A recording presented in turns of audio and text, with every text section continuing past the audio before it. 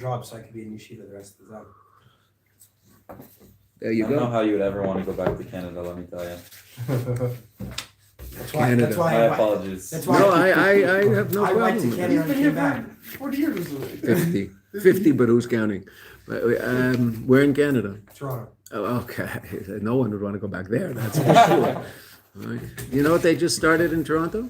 My sister lives in Toronto. I was just talking to her on the phone. There's now something called Jew cab or something like that. Yeah. Yeah, So Because a young woman was asked by the cab driver if she's Jewish. She said yes. He kicked her out of the cab. Now, I certainly hope she got his number and is going to take this guy, rake him over the coals, because that's, as much as Canada is an anti-Semitic country, it's still illegal. So I hope What, she- the taxi driver can't refuse service to anyone? Of course not. Yeah.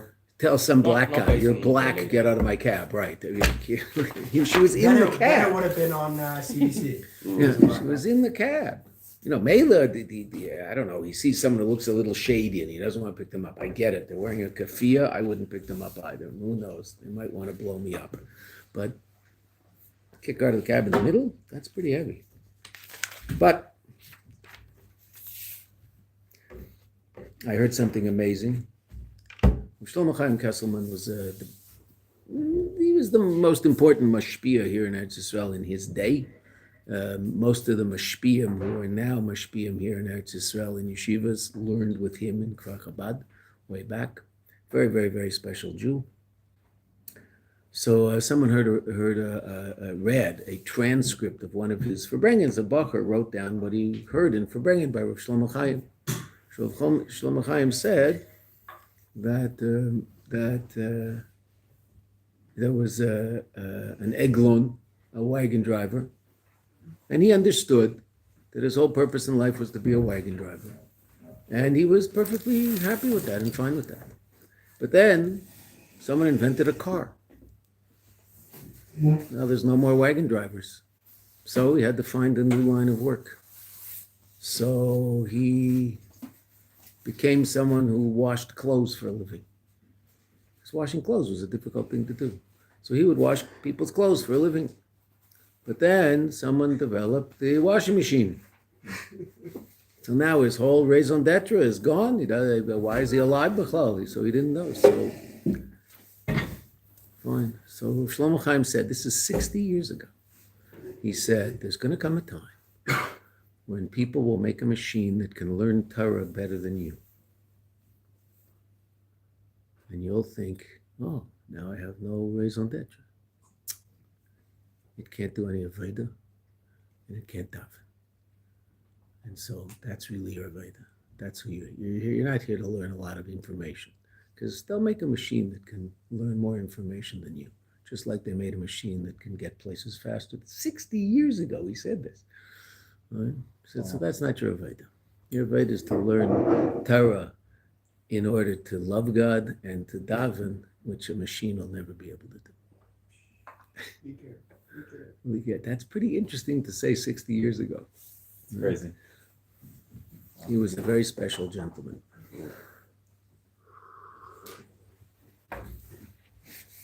I'll tell you one more story from the Farbrengen on Shabbos, just because it was a good Farbrengen. Everybody was talking. Those are the good Farbrengens. Our nephew told a story about his cousin, Rabbi Shlomo Majeski. You've heard of Rabbi Shlomo Majeski, Yeah. right? Very special Jew. Wrote a book on Simcha. Runs a place in Crown Heights called Machon Liadus, which provides wives for all of our Mayanot guys. About the last 6 or 7 guys who got married Machon Liadus girls. Runs a very, very, very amazing program for women in Crown Heights. His son, a shliach in New Jersey, is driving along. This Hanukkah, this happened this last week. He was driving on the road in New Jersey, and all of a sudden he sees a cop behind him, and everybody's experienced this, whoever's driven in New Jersey. A cop behind him pulled him over. He doesn't know what for. So he pulls over. The cop gets out. He rolls down the window. He says, officer, what's the problem? He said, we've got a big problem. He said, what's the problem? What did I do? He said, he didn't do anything. But I don't have him a Hanukkah. I have to light Hanukkah licht. Yeah. Can you help me? They'll have that problem. Right? So he said, yeah, come with me, follow me. So they were very close to his house. They drove him to his house. They lit in his house. No They way. gave him a menorah to light the rest of the week. A cop pulled him over and said, "That looks like a rabbi. I need a menorah." Pretty cool. Yeah, very good. Okay, 5 questions. Who's going to tell us our 5 questions that we learned on Thursday? Question 1. What's the connection between Hanukkah and Sukkot? What's the question between Hanukkah and Sukkot? Now, of course, we asked that question because we learn how the Beis Shammai learns how to light the menorah from the bullocks that were brought on the Mizbeach on Sukkot, right? 13, 12, 11, 10, 9, 8, 7, descending order. So therefore, Beis Shammai says that we light Hanukkah licht in descending order, 8 through 1. That's, of course, the position of Mahadran and Minamahadran, which we went over on Thursday, the 3 different positions in the Gemara. Okay? 8 through 1. That's Beis Shammai. Now, Beis Hillel would actually agree with that if it weren't for what principle that Beis Hillel Supposed to elevate him. beautiful. Mylin B'Kedusha, so it's to elevate in Kedusha. So therefore, we do 1 to 8, even though 8 through 1 would be perfectly reasonable were it not for this overriding halachic principle called elevate and don't descend in matters of Kedusha. Okay. That was the first question. Based on that, we asked, what in the world has Hanukkah got to do with Sukkot? Why are we learning? Okay, so we said, what is similar of Hanukkah and Sukkot? Before we ask the second question, we have to say something about the similarity. 8 days. They're both 8-day holidays. What was our second question? Why are they both 8-day holidays? What is unique about these 2 holidays as opposed to any others that they're 8 days? This is the second question? Second question. Right? Okay. And what's 8 all about? L'mayla min hateva, beyond nature, transcendence, b'diuk. Okay. Third question. Why an 8-branch menorah versus a 7? In the beis mikdash, there's only a 7. B'diuk. We're celebrating a miracle that happened with a 7-branch menorah by lighting an 8-branch Chanukiah menorah. So why are we doing that? Why don't we light a 7-branch menorah?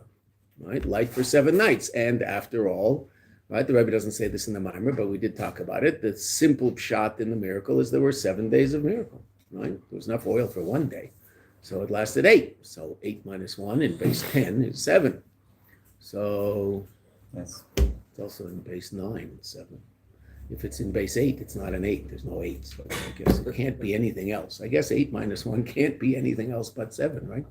Is that right? Yes, that's right. Can't be anything else but 7. Okay. Wow. Big class.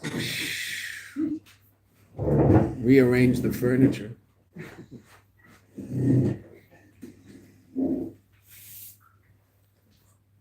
Now we're at 7 tables. Hopefully we'll get to 8. Yep.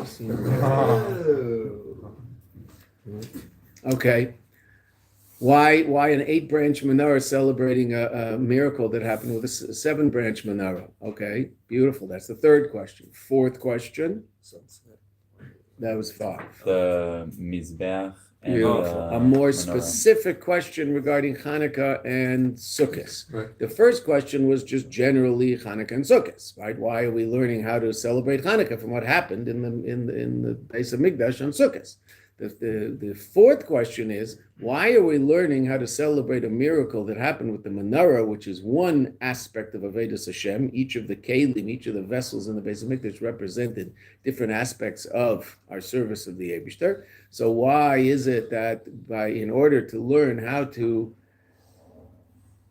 celebrate a miracle with the menorah, which is all about chokhmah and chesed, lofty, transcendent ideas, we are learning that dafka from the Mizbeach, which is, we said in Spheres, it's Malchus, it's Elam Hazeh, it's literally, excuse my blood and guts. I mean, that's what's all over the Mizbeach. Why? What do the two have to do with each other? The menorah is all about transcendent, spiritual reality. Okay. Those were our first 4 questions. And our 5th question, Josh? That's why we light it at sunset. Right, time. When did they light the menorah in the Beis Hamikdash? Plug them in an hour and a quarter before sunset. When do we light? Sunset. Wouldn't it be more reasonable to light when they lit if we're celebrating a miracle that happened with that kli? Okay, those are our 5 questions, right? Connection of Hanukkah to Sukkot. Why they both 8. 7-branch menorah, 8-branch menorah. Mizbeach, menorah, and time. Those are 5 questions. Okay. You do not have to answer them. Lubavitcher Rebbe will answer them for you, and generally you will find that his answers are better than yours. So you don't have to answer the question. Okay? I'm not saying that facetiously. When you're learning something, don't try to answer the question. Just learn the question. When you're learning the question, learn the question. You're learning a page of Gemara, learn the page and learn the question in the Gemara. What the Gemara probably going to do is probably going to give an answer, beseder, but that's not your issue right now. You're learning the question. You have to understand the question. Right? So we understand 5 questions. Unekudis abir b'zeh, or is beis, page Yud Ches. Nekudis abir b'zeh. The point of explanation, meaning the basic explanation of all this. Obviously, we're going to get a more full explanation, because if this were all we get, then the Maimon would end after this paragraph. The inyonim shel neiros Chanukah, the whole inyonom, the inyon of neiros Chanukah, the whole idea of neiros Chanukah, hu laharas hachashech, is to illuminate the dark. Chanukah is all about illuminating the dark. The Greeks are force of darkness. Chanukah is overcoming that and illuminating that state of reality that they have darkened. Dihine. Now, we've already answered one of our questions. The Rebbe didn't say that, but we just did.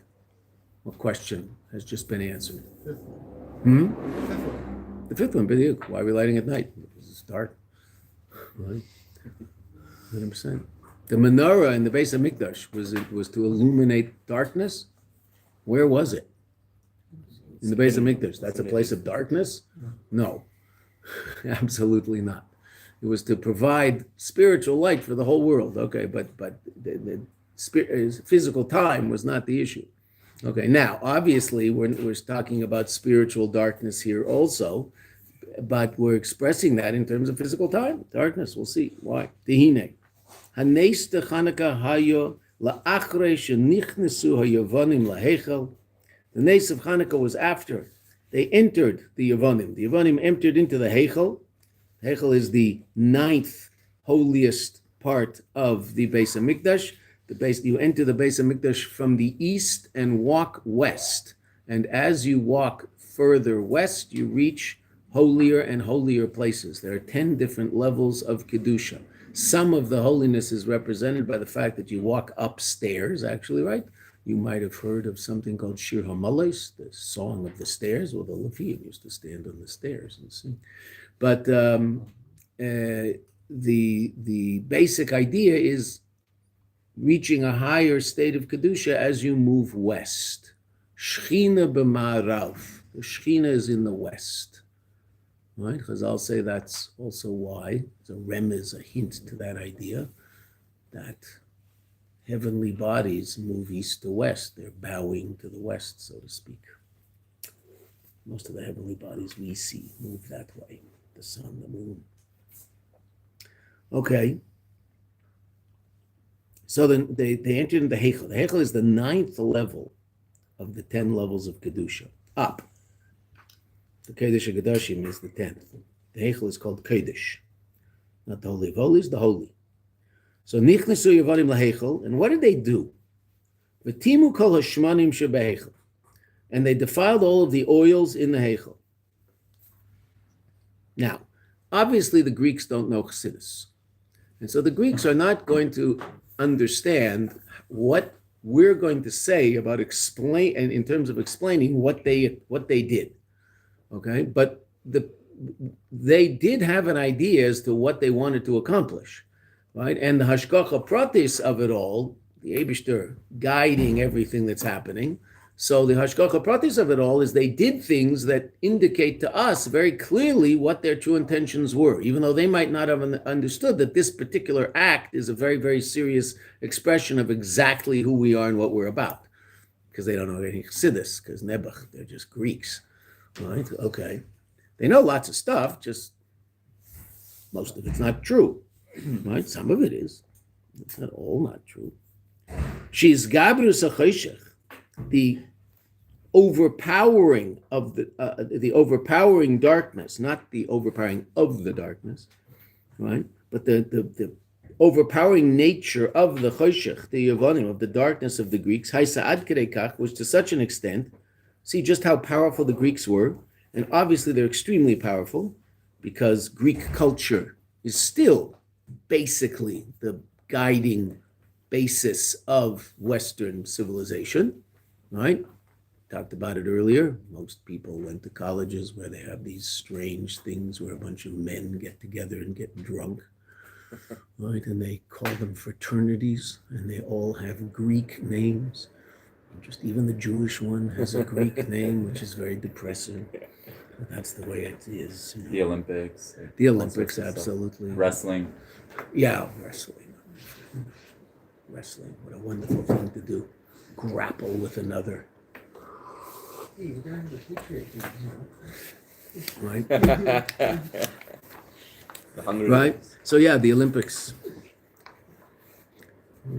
When the Olympic Games, I think it must have been L.A. Shluchim asked the Rebbe, when the Olympics were in America at some point, so the Shluchim in that town asked the Rebbe just how much they could have to do with the Olympics. So the Rebbe wrote them back and told them very clearly that they could do all sorts of pu'ulas around the area, because obviously there's going to be all sorts of people there, and there's incredible opportunities to help people. But they can't have anything to do with official Olympicdom, because the Olympics is a Avodah Zarah, and they can't have anything to do with it. So that was the Rebbe's answer. They could certainly hang out outside and put tefillin on people and give people, whatever. Does that mean a pie is avoided? But you have to ask a Rav for that. I'm just a simple person. Sounds like the answer isn't no. No, I didn't say the answer. But no, you have to ask a Rav. How to deal with that sort of stuff. The Olympics is a big problem. Those 5 rings are it's all of it is Zarah, those 5 rings, right? Whatever, I have no What clue. does it represent? I have no idea. Baruch Hashem, I never learned about Oh, it. yeah? But it's okay. Interesting. She's gabris achoshech the Yevonim ma'isa ad kedei kach, was to such an extent the lo yirak, third line, shenichnasu lahechel v'timu. Not only did they enter into the hechel and defile it, elo shetimu games kol hashmonim shebehechel. What do Chazal say? When we talk about what they did, we say that they were metames hashmonim shebehechel. They did all sorts of things. Right? But that is the line that defines most clearly what they did. So we're going to learn in Ois Hey an amazing idea about that line specifically. But up until that point, the Rebbe is going to teach us in general, what does that mean? That means they were able to defile an extremely powerful level of holiness. Not only the Heichel, but Shemen Shebeheichel. And what Shemen? So let's see. Did they not defile the Kodesh HaKadoshim? Very interesting question. I assume they went in there. I don't know. We don't, it's interesting. They didn't take anything. The Romans took it. They didn't. What was that? Yeah, that was. 200 years. Yeah. Now, there was nothing in there to take. What was in the Kodesh HaKadoshim had already been taken with the Korban of Beis Rishon, right? It was the Kodesh HaKadoshim was an empty room. Right. At the time of This whole second temple, there's nothing in there. The iron wasn't there. Right? What was in there? The iron. It wasn't there. It's gone after the first temple. Still, every time a Kohen Gadol for 50, 60 years, every time a Kohen Gadol went in on Yom Kippur, he died in there and had to be pulled out. Right? They would tie a rope to his leg so that they would be able to pull him out because they couldn't go in to get him. Except Shimon HaTzadik, right? Yeah. But generally, they died year after year. Significant. Why? And the interesting is that someone else decided he wanted to try next year. Right? Well, I guess if you're going to go, that's the way to go. I think the average term in the Beit Sheni was like less than a year because Yeah, of but that. they 50, 60 years in a row. They couldn't go to why? Because there was a lot of corruption and they would bribe their way in. They weren't really fit to be Kohanim Gedolim. There was Shimon HaTzadik was a real tzaddik.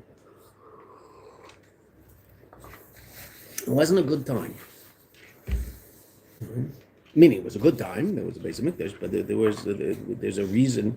There's a reason based on our behavior that it was destroyed. There's other reasons also, but there's that reason too, unfortunately. But not only did they destroy the heichel, they defiled the heichel, but they defiled the oil in the heichel. So what does that mean? Let's see. The shemen, what's shemen?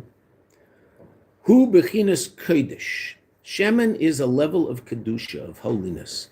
What is shem? Well, we'll see it also in physicality. It's something it's a liquid that floats on all others. Because of shemen mishchas kodesh. Shemen for the anointing of Kodesh. How is it that you anoint someone and elevate them to a state of Kedusha? You anoint them with Shemen Zayis, olive oil. Right? What that's all about in terms of olive, that's not our issue right now. Why Dafka olive oil, etc. Okay, that it's just not our issue. That doesn't mean that there isn't interesting things to say about it, but that's not where we're going. Kodesh mila begarme. Kodesh is a thing unto itself. In other words, it's transcendent of reality. But dugmas hashemen, just like physical shemen, shetzaf al gave kol hamashkin, that it floats on all other liquids. Ve'enemis aravim, and it doesn't mix with them.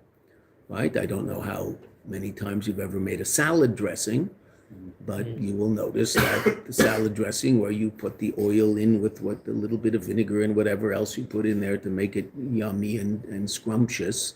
So when you shake it up, it's all nice and mixed up, and you can pour it on your salad, and then you put it on the table, and the next person who picks up the bottle, what do they have to do? They have to shake it up again because the oil immediately rises to the top.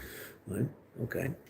For many women who light Shabbos candles with olive oil, how do you light Shabbos candles with olive oil? Now, there's different ways, but the easiest, those floating wicks, you use those floating wicks. It's easier than what we use for Chanukiot, right? Use the floating wicks in these big round bulbs. But you put that much oil in, it'll burn for about 3 days. It'll burn for a long time. And it might crack the glass because it gets very hot in the bottom. And it's going to make the glass all black because the flame is going to be at the bottom, and it'll blacken the glass. Every week you're going to have to either clean it or throw it out. So what do? Put about that much water in the cup, and then pour olive oil on top. The olive oil floats on top.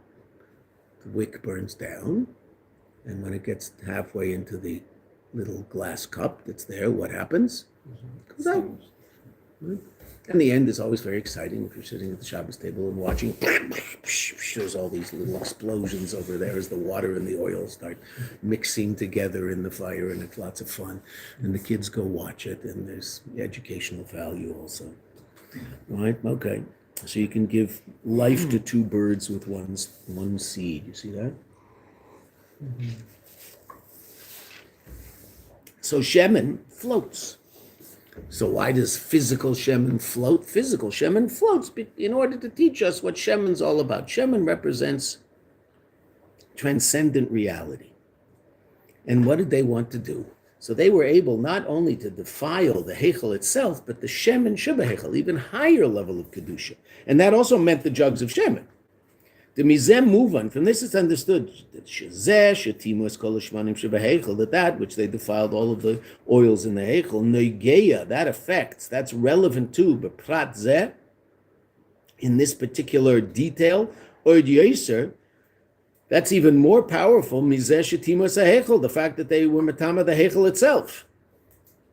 Af, even though shekedushas heichel he darga nailis beser kedushas, even though the holiness of the heichel is a very high level, darga is a level, nailis high, a very high level be'eser kedushas in the 10 levels of kedusha that exist in the Beis Hamikdash, and it's the 9th.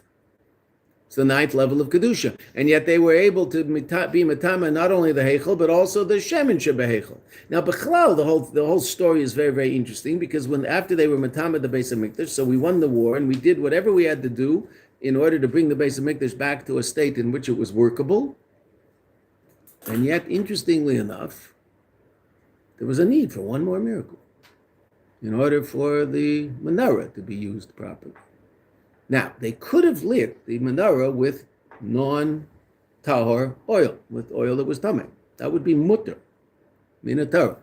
Why? Well, they didn't have any oil that was tahor. It was pure. They only had 1 jug, right? So they could have used impure oil, but they didn't want to, right? That's all sorts of interesting discussions about that also in different places in Chassidus and other Machshavas Yisrael all over. The idea that their Mesiras Nefesh was to not use anything that wasn't of the absolute highest order. Okay, they could have, the halacha, they didn't.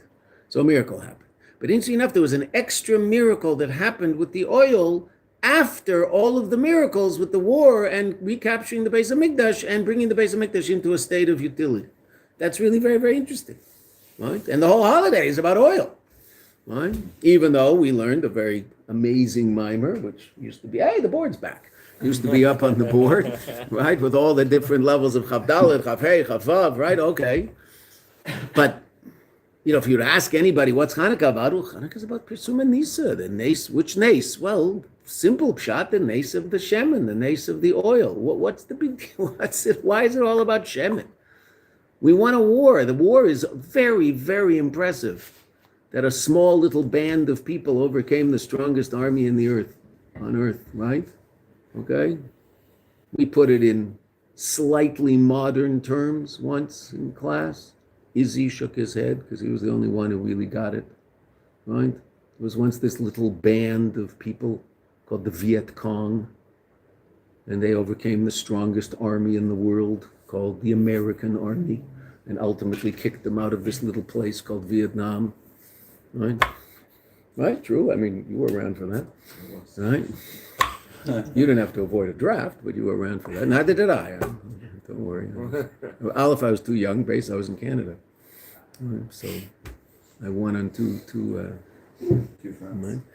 well, with older cousins and things. Who Who were living in America had to go. did things to get out. Right? My cousin went. There was the Peace Corps. You could go into the Peace Corps. But there was also a domestic Peace Corps called Vista, which was very fascinating. He had an unbelievable couple of years. He worked in a place probably a little more dangerous than Vietnam. He worked in the south side of Chicago for 2 years.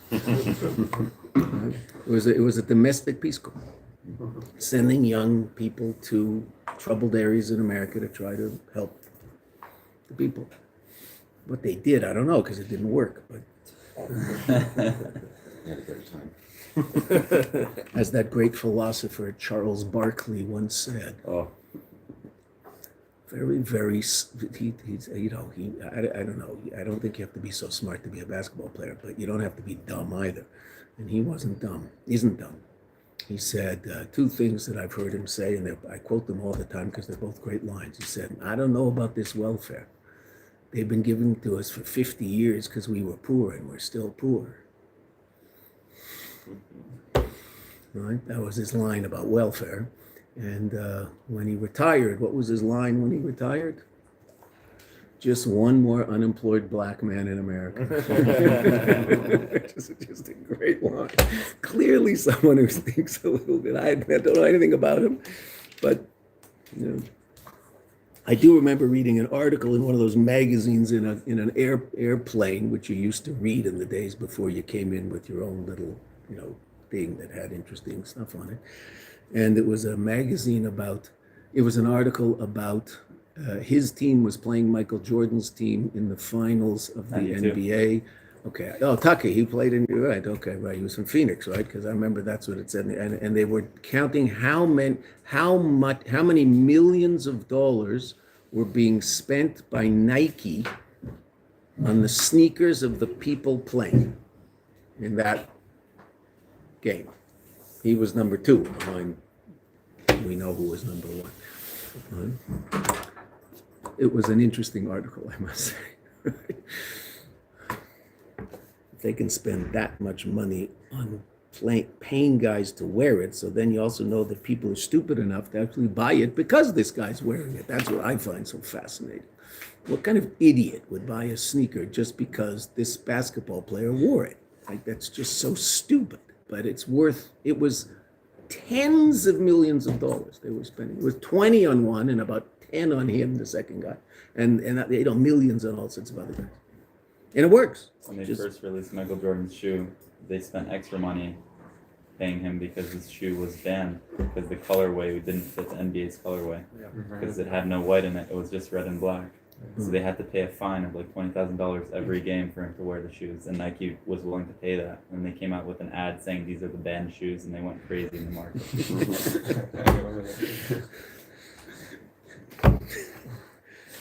Good old capitalism. Yeah, no, advertising works. It's really astounding. It's just amazing. Anyway, let's go. And they knew that before they did it. Yeah, it's amazing how people fall for this stuff. But I mean, we all do, right? I mean, it's just so interesting. Hopefully, less than most. Okay, so what happened? They were matame, a very, very lofty level of reality. What does that all mean? Let's see. Ukedemuchach gam, and now the Rebbe says what we just talked about outside, as is shown clearly, right in the middle of the page, after footnote 22. Gam mizeh shegam la'achrei sheba'u banecha. After your sons came, tihares mikdashecha. This is from Alanisim, and they purified the mikdash. Still, what was necessary? In order to light the menorah in the best way possible, they required another miracle. Maschil, which begins that it begins with finding the jug of oil that was pure, and chosum b'choismei shel kohen gadol, and it was sealed with the seal of the kohen gadol. And that represents, the Rebbe says, an idea, a level of reality, which we'll see. We're not going to discuss it right now. We'll talk about it as we go. A level of infinite godly light beyond the natural order. That's what that jug of oil represents. That miracle was necessary. Now, we've talked about this a couple of times, but it's important to remember that that jug of oil was not a tiny little flask found in some crack in the wall, right? There was enough oil in there to light the menorah, and each bulb in the menorah held about 1 liter of oil. Wow. And there were 7 bulbs. So it's a pretty, it's a pretty big thing, right? Why couldn't the Greeks see it? Because that jug represents a level beyond nature. And the Greek can't see beyond nature. The Greek is so blinded by their intellect that they can't possibly imagine that there's something beyond it. So so figuratively, it could have been in the middle of the room. They wouldn't have seen it. That level of reality they can't see. Where was it actually? I have no idea. Right, but that jug of oil, now every jug of oil represents that level, because every jug of oil was ultimately chosim b'chais mishoker and godel. But that specific jug represents a level of reality that the Greek can't see, because the Greek, when he hears about something transcendent, gets nervous and wants to explain it rationally. Can't handle anything that can't be explained rationally.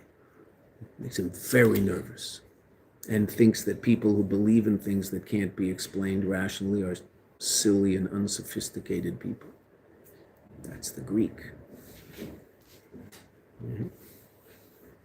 People who do believe in things that are transcendent and beyond human rationale think that people who don't believe that are silly and lacking sophistication. Okay. They have a hard time communicating those two groups of people, because they're talking on 2 completely different wavelengths. I mean, you have to figure out how to communicate with them, but it's not easy.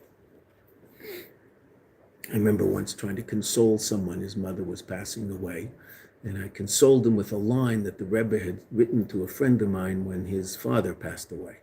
And the Rebbe had written the family that the passing of a loved one is only difficult for those left behind, but for the soul, it's a very, very pleasant experience.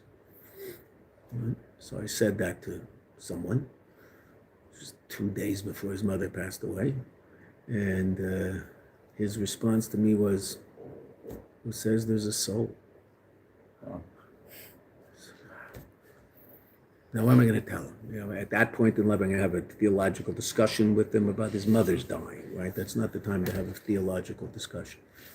But Nebuch, very bright guy, successful attorney, successful not in the way you're supposed to be successful in the Western idea of attorneys, but a very successful attorney. He didn't make a lot of money. Made a lot of money because he went to school with Bill Gates, and so he bought Microsoft at a penny. That's why he made a lot of money. He just went to high school with Bill Gates. But he, his law firm, I remember going to visit him in his law firm, and there was a tie. There was a coat rack at the door as you left, and there was a tie hanging on the coat rack, and that was forever. I had to go to court that day. Would take the tie and put it on and go to court. It's one of those law firms, but he was very successful. He helped a lot of people. Soul, no understanding whatsoever of such an idea. Right? Greek.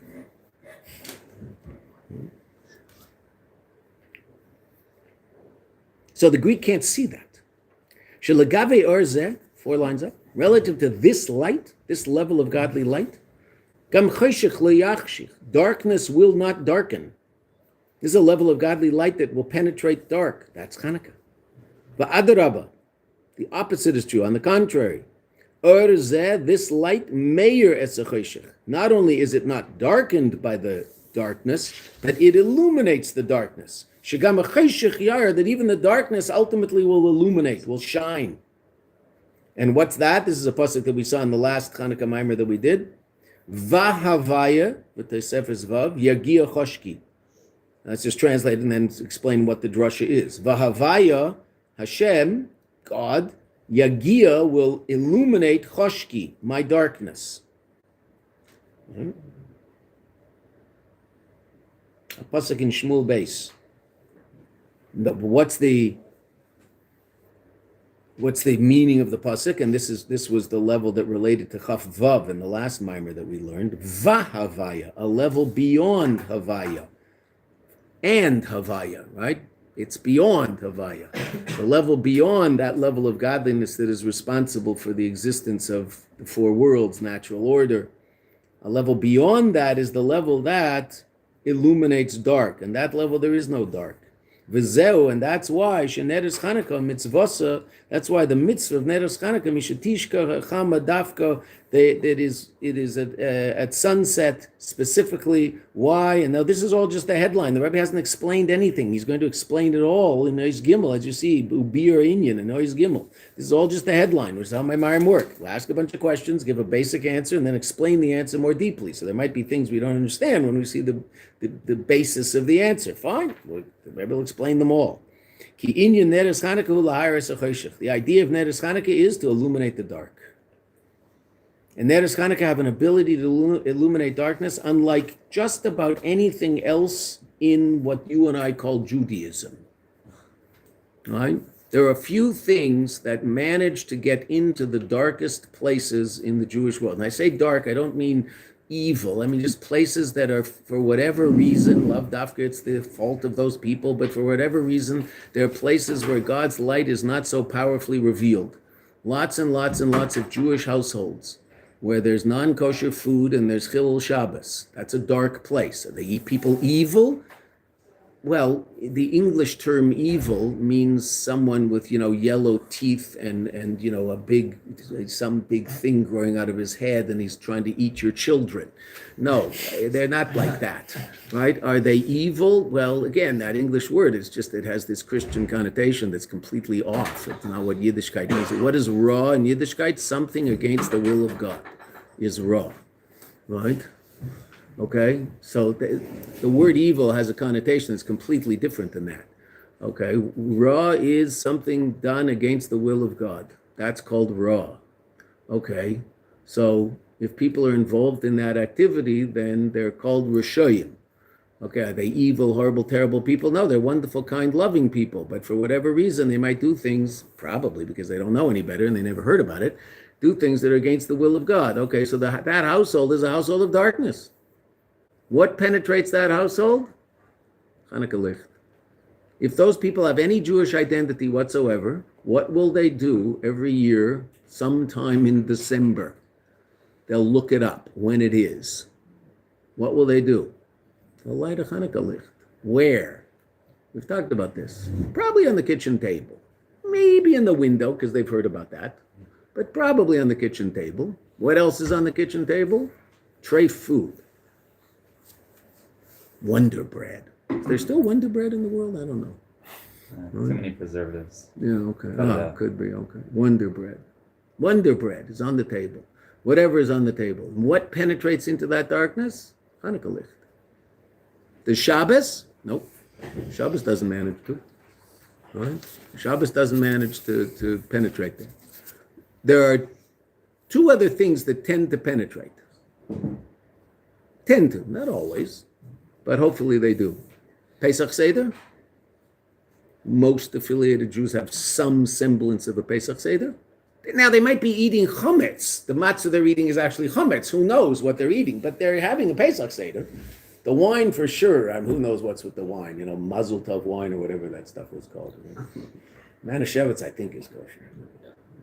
You probably Shabbos is legit. that Matt Seder. I think you probably shouldn't eat it because of pikuach, drink it because of pikuach nefesh. But it might be that's kosher. Okay, I agree. all right. Headache might kill you. Fine. So it might be that the food at the Seder is not kosher food, but they're having a Seder, Baruch Hashem. And what else penetrates? And not necessarily into the house, but it penetrates into the life of those people. One other thing. Shofar? Well, Rosh Hashanah Yom Kippur. They'll probably go to shul on Rosh Hashanah Yom Kippur. Those are the three things that are so powerful that they penetrate into that reality where most of Torah doesn't get.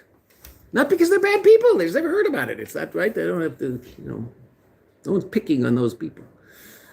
Right? Okay. It's really interesting. That's what, now, some houses are a little more traditional, so they'll have other things. I'm talking about, the most basic of levels of someone who has the most basic Jewish identity with very little else. They know they're Jews and they're, proud, not whatever, like they know they're Jewish and they relate to that and think they should do something about that now and then. What do? They light Hanukkah licht.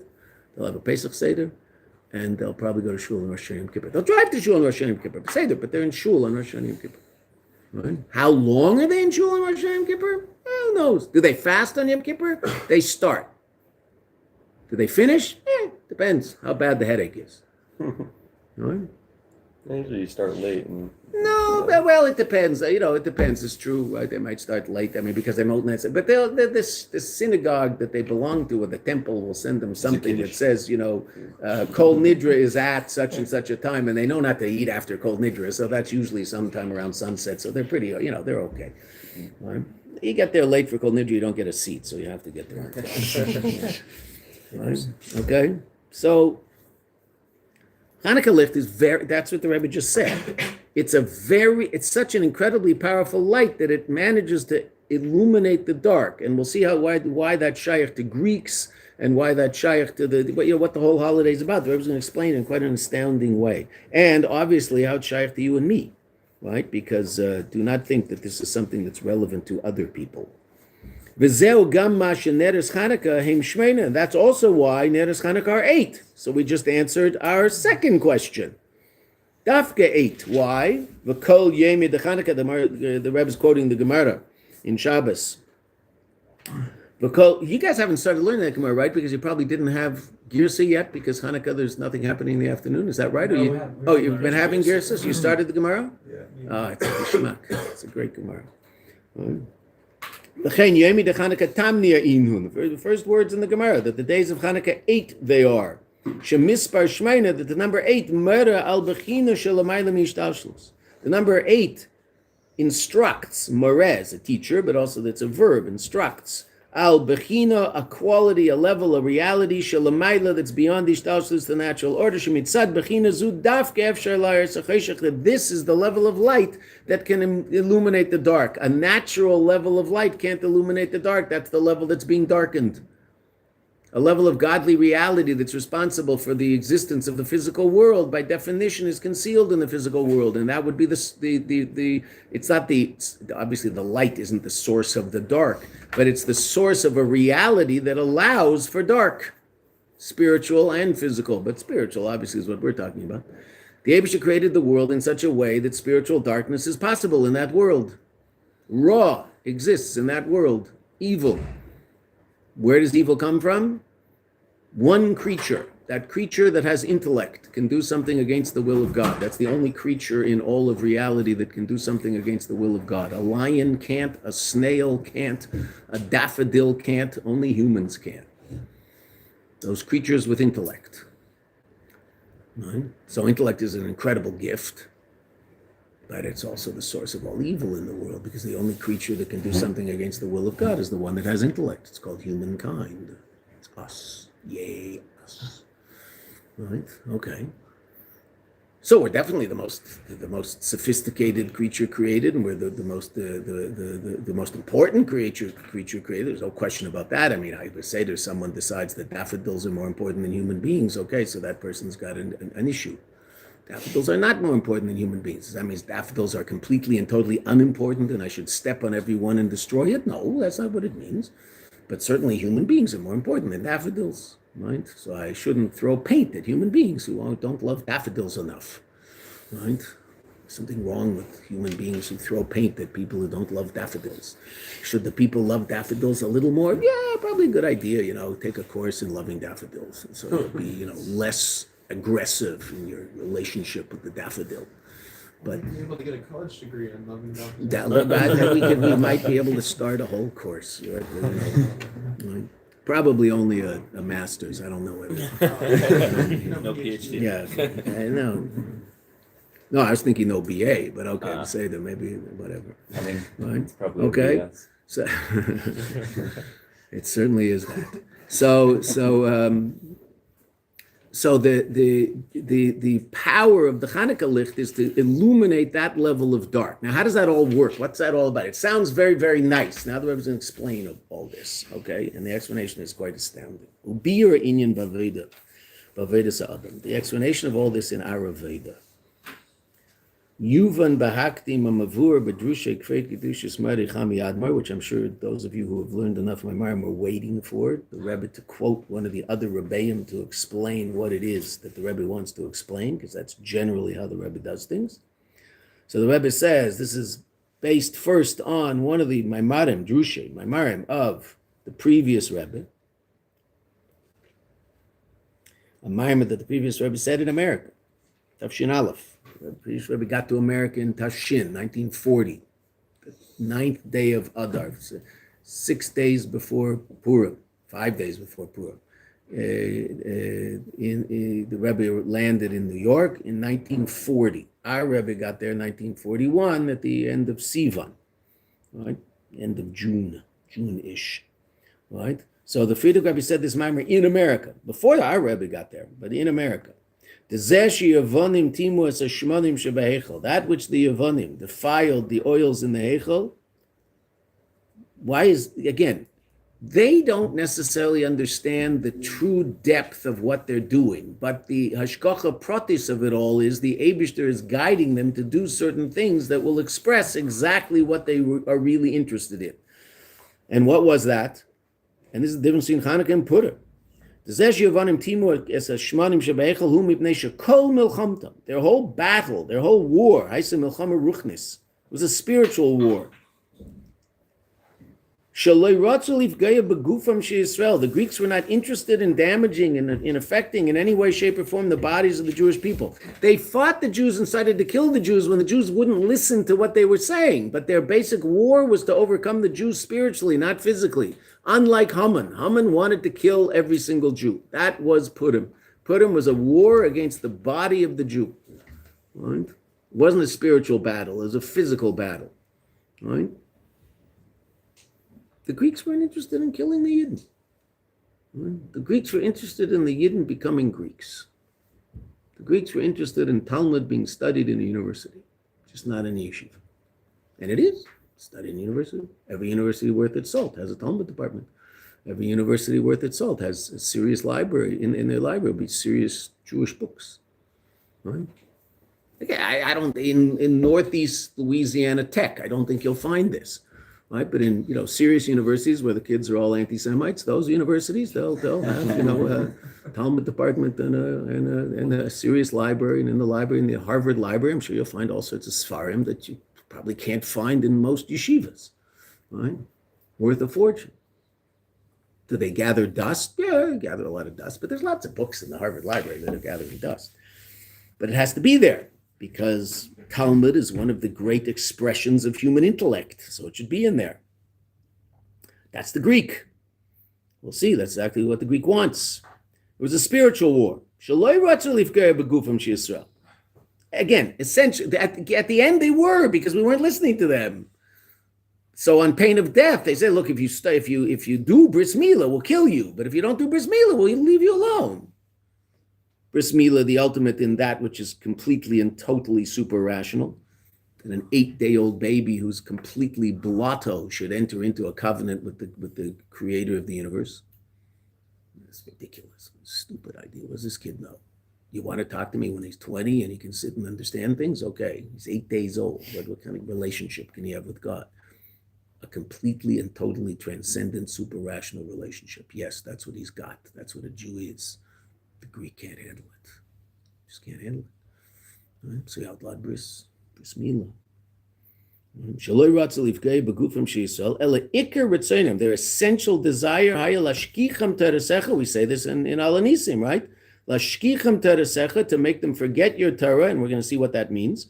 And to move them away. Lavor is to pass, cross, right? So lahavir, to cause to pass. That these things should move away. We should be moved away from what?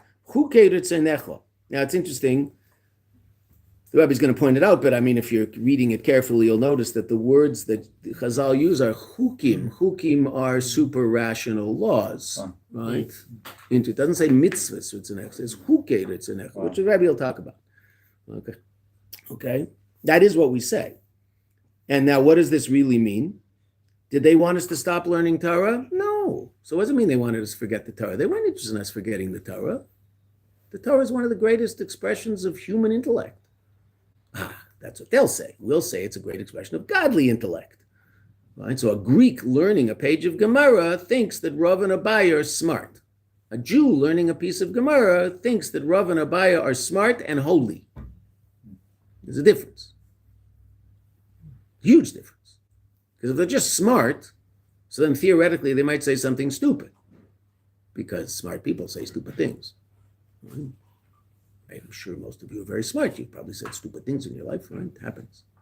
Right? If not, your wife will be smart. And she'll say stupid things now and then. Don't say I said that. Right? But she'll say, yeah, you know, my rabbi in Yeshiva told me that you say stupid things. So, no, I didn't say. I said she's smart. She might also say stupid things now and then. Right? Smart people say stupid things. Okay, fine. But Rav and Abaye don't say stupid things. Rav and Abaye only say holy things. It's just who they are. Okay, but they're also very smart. Okay, that's true. So the Greek will only see the smart part of it, right? There's a saying, and it's an English saying, but it's a very, very powerful saying that intellect makes a great servant, but a very bad master. If you use intellect as a servant of you to bring transcendent reality into your conscious reality, so then it's a wonderful thing. But if you make intellect the ruler, meaning if intellect doesn't understand it, then it doesn't exist, so then it's a terrible thing. It's a disaster. It creates everything wrong in Elam Hazeh. It comes from there.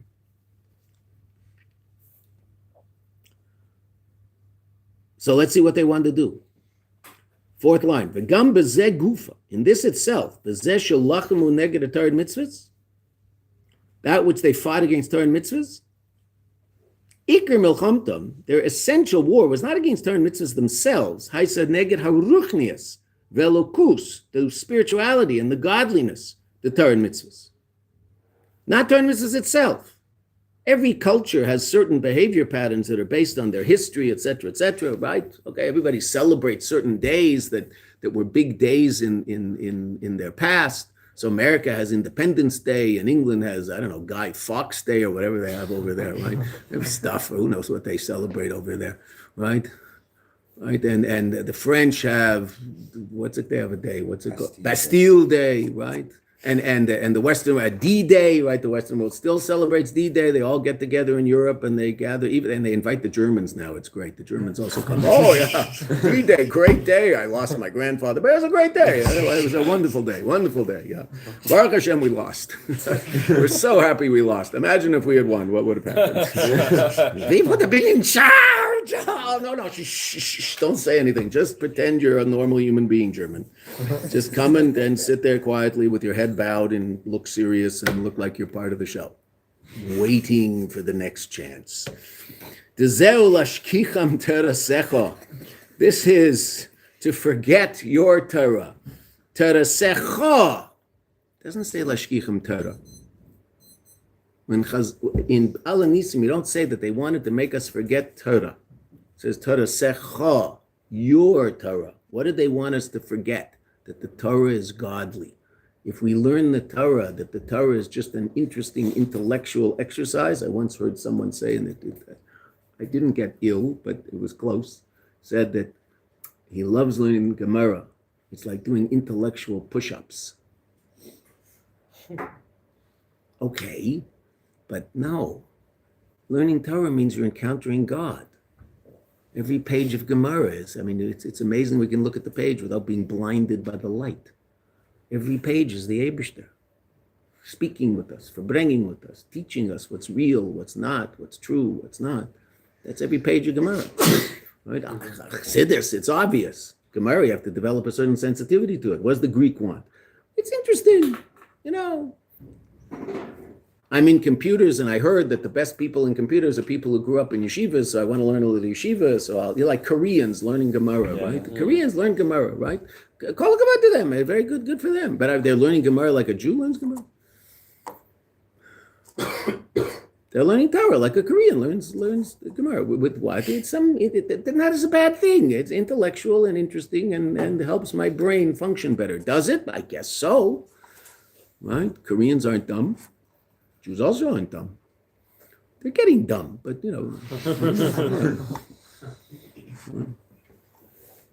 Lashkichem tarasecho dafka. Shegam liyavonim. Also liyavonim. Lo ichpes. They didn't care. Kol kach. We're going to stop in one line. They didn't care. Kol kach. She'Yisrael yilmadu Torah. That we should learn Torah. That didn't bother them. Like we said, there's a Talmud department at every university. That's not the problem. But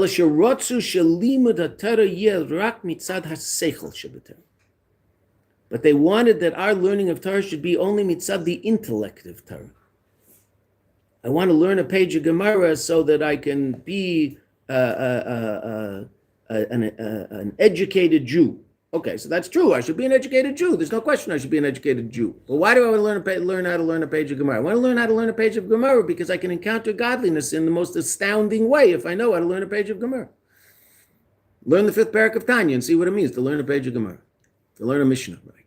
You learn a Mishnah right. Your wisdom, your intellect, and God's intellect become one to such an extent that it's impossible to tell which is his and which is yours.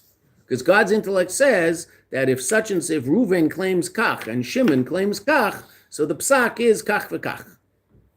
Right? Our Tanya that we're learning now. Yeah. Right? Yesterday's Tanya. Right? If Reuven says this and Shimon says this, so the halacha is such and such. Who said that? God said that. What if you think that? So your thought and God's thought are now one and the same thing. Where does his end and yours begin? Amazing. But I can't get there unless I know how to read that book.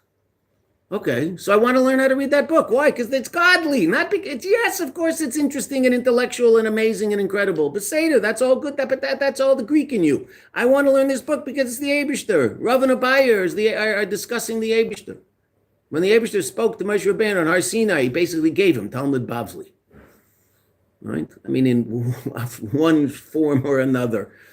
Okay, so when you and I encounter that, we're encountering godliness. Okay, that's an amazing thing. I have to figure out how to do it, right? Because that's what God's all about. God doesn't believe in freebies. God wants hard work. Essentially, that's the Rebbe explains that's the difference between the dreams of Paro and the dreams of Yosef. In the dreams of Paro, no one's doing anything. There's no Aveda in the dreams of Paro. Dreams of Yosef, people are gathering things together. They're doing something and they're bringing them and moving them. Like the first dream of Yosef. right? And then the second dream is about a higher level. The first dream is about physical reality. The second dream is about, stars, etc., etc. Okay, because in holiness you move up. Paro starts with animals and ends up with vegetation.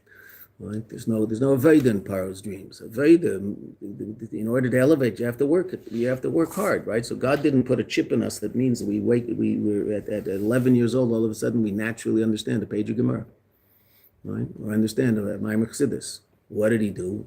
He gave us this way to connect to Him in a way that's beyond anything imaginable. But He said, but you're gonna have to figure this out. You're gonna have to work at it. You're gonna have to figure it out.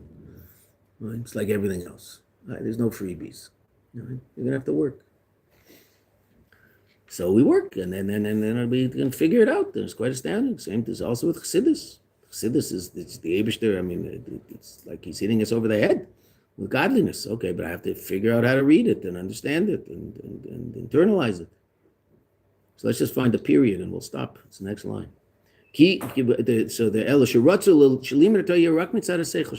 What did they want? They wanted we should learn Torah like someone will learn something in a university.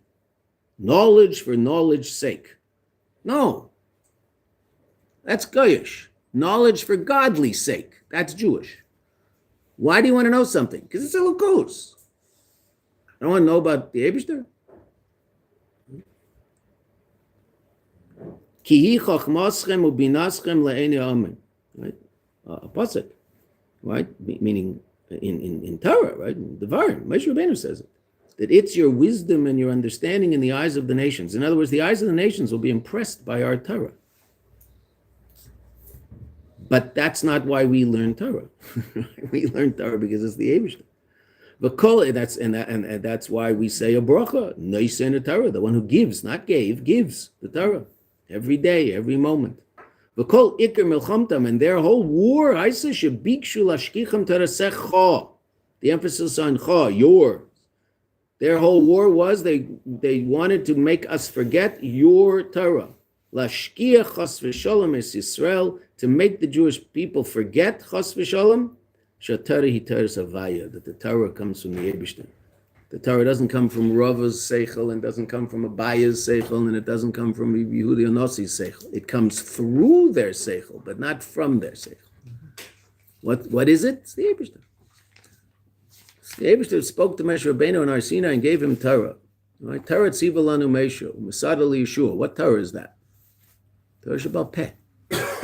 That's the oral Torah. It's Gemara, Medrashim. Right? Torah Shabbat didn't give to Yeshua. He gave to everybody. Wrote it down and gave it to everybody. Torah Shabbat Peh came through a tradition. Yeshua, Nevi'im, came. I'm checking this as a G'dayla. Okay, we will go weiter tomorrow.